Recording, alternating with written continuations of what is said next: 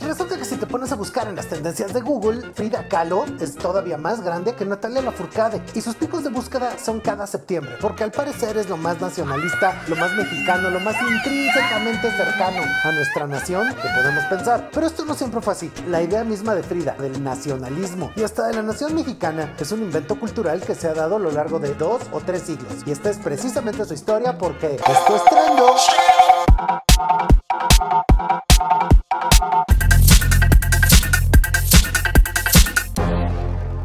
Cuando eres adolescente estás en el azote, entonces te sientes así como único con un montón de problemas y precisamente por eso hay una serie de artistas de acceso. Entonces te gusta Van Gogh porque se cortó la oreja, te gusta Magritte pues porque anda con bombín y anda así como experimentando su identidad y se tapa la cara para besar a sus crushes, etc. Y de la misma manera pues ahí entra Frida Kahlo porque árbol de la esperanza, mantente firme, pies pa' que los quiero si tengo alas para volar, y de repente se convierte en el lenguaje emo sin ser emo por excelencia de lo mexicano. Lo que nunca nos hemos puesto a pensar es que en los años 40 había un pintor extraordinario llamado Diego Rivera que tenía una esposa que era una artista ahí medio rara, pintora mediocre, que le fallaba la pierna. Pero en realidad ahora tenemos que Frida Kahlo es una extraordinaria pintora que tenía un marido gordo y que tal vez era pintor.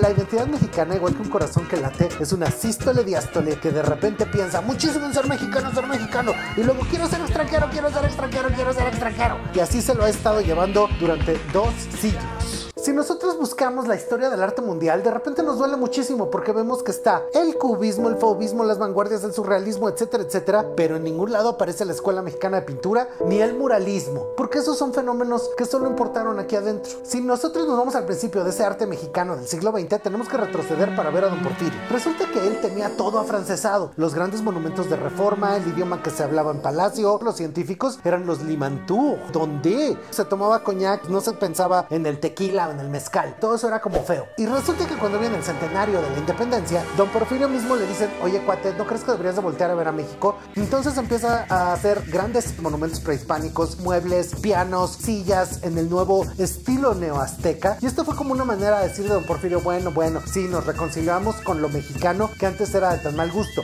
Pero eso sí, una cosa que está prohibidísima es las pinturas de pulquerías, porque en las pulquerías la gente analfabeta pues se reunía a estar libando, y como no había televisión, ni había Netflix, ni había Sky, ni había partidos de la Liga Española, entonces se ponían a ver los murales y de eso se reían. Pero esos murales pues le ofendían muchísimo a Don Porfirio porque era como la manera vulgar de la gente baja de comunicarse. Cuando viene la revolución, resulta que hay muchísimos cambios sociales, y uno de los principales es que al frente de la Secretaría de Educación Pública va a estar un personaje que se llamaba Vasconcelos. Y este señor, una de las cosas que se le ocurren es tomar la esencia misma de lo mexicano, y para eso le habla a Diego Rivera y le dice, oye cuate, ¿no te gustaría pintar aquí en Palacio Nacional? No, pues que sí, pero ¿qué pintamos? Pues vamos a pintar gigantescos murales, como los de las pulquerías, como esos. Pero entonces resulta que la tradición del renacentismo, que en el 480 había hecho los gigantescos murales de Piero de la Francesca y todo lo que decoraba las iglesias, se retoma en México nada más con 600 años de retraso. En ese momento le decían a Diego Rivera, Diego, te vas a ir a dirigir la Academia de San Carlos, que era como donde se formaban a los arquitectos y a los artistas. Y Diego pone un programa así como de superhombres, donde había que estar trabajando 24 horas diarias en piedra, en madera y pintura y todo, y pues básicamente nadie aguanta. Al mismo tiempo, resulta que había unas escuelas, y en estas escuelas al aire libre se enseñaba la talla en madera, y como todo eso que ahora asociamos como con las artesanías y con la tradición. Saliendo Rivera de San Carlos, tenía la preocupación de cómo retomar la idea de la artesanía para volverla contemporánea. Le dicen, pues ahora vamos a hacer los programas de la Esmeralda. Y esa idea que eran las escuelas al aire libre, se convierten en una nueva escuela de artes plásticas, el Instituto Nacional de Bellas Artes, el INBA, y para 1952 realiza una exposición. El arte en la vida diaria, que era una exposición de muebles y objetos inspirados en la Bauhaus, pero a la mexicana. Y con esta idea de 1952, para 1958 empiezan a pensar que tienen que poner una escuela de artesanías, que originalmente estaba en la Plaza de la Ciudadela, donde ahora hay un museo de foto que se llama el Centro de la Imagen, y en donde por primera vez, ya como para el 60, te recibes de diseñador artesanal. O sea que todas esas cosas que les preocupan ahora de la artesanía y el diseño, en realidad son preocupaciones de hace 60 años. Retomando todo esto que pasaba en los 30, una serie de personajes casi que mágicos, no solo Frida Kahlo, sino personajes tan extraños como Abraham Ángel, un chavito que era como el Apolo niño de la plástica mexicana. Se descubrió como artista fulgurante durante apenas 2 años y después se murió de sobredosis de cocaína cuando apenas tenía como 21 o 22.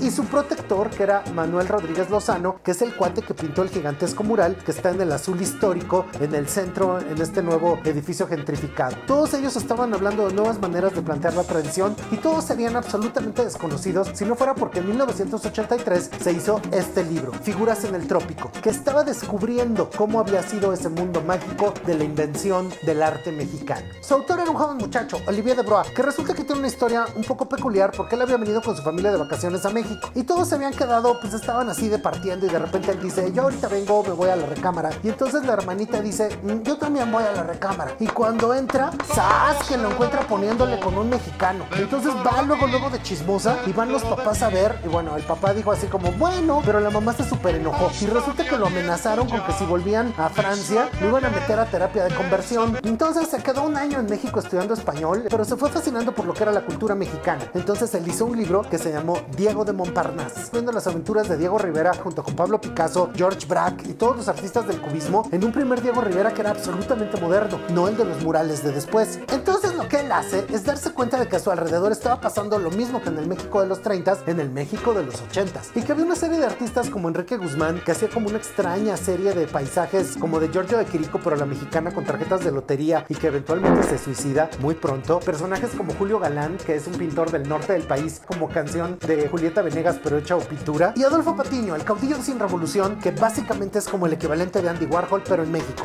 Que había una línea de tiempo como esta. Primero estuvo el afrancesamiento en tiempo de Don Porfirio, después de eso empezó la Escuela Mexicana de Pintura, llega hasta los años 60 cuando José Luis Cuevas dice, ya no aguantamos la cortina del nopal, y esta cortina del nopal no nos deja ver los movimientos del mundo. Entonces José Luis Cuevas abre el arte mexicano, pero trae lo que hubiera sido los años 50 y los expresionismos, los trae hasta los 60 en México. Vamos muy mal en el tiempo, y por eso después vienen los grupos y los individuos que participan en el Salón Nacional de Experimentación del 79, donde por primera vez hay arte conceptual, instalación, ambientación, performance, y precisamente esos muchachos empiezan a buscar las raíces de la cultura pop y de lo mexicano, y de los grupos, los individuos, empiezan a aparecer precisamente los Patiños y compañía, que se convierte en el movimiento del neomexicanismo. Ya que estaban en eso que dizque del neomexicanismo y la chingada, pues es el momento en el que todo el mundo encontró a la Frida y se convirtió así como en el ídolo de la generación. Todos querían ponerse fridescos y el propio Adolfo Patiño se convierte en Adolfrida, y entonces empieza esta revalorización de una figura que antes nadie había pelado, porque inventó algo de la nada que ahora nosotros damos por hecho, la identidad mexicana que nos viene de los 80s. Ese neomexicanismo dura hasta que de repente está Carlos Salinas de Gortari, era el neoliberalismo de ese entonces, haciendo la idea de que México tenía que estar al nivel de las grandes potencias del mundo, y empieza el conceptualismo. Y de eso pasan 30 años hasta el mundo actual, donde seguimos en el conceptualismo, y resulta que Gabriel Orozco le va a poner en la madre al bosque de Chapultepec para hacer uno de esos proyectos que nada más benefician a unos cuantos.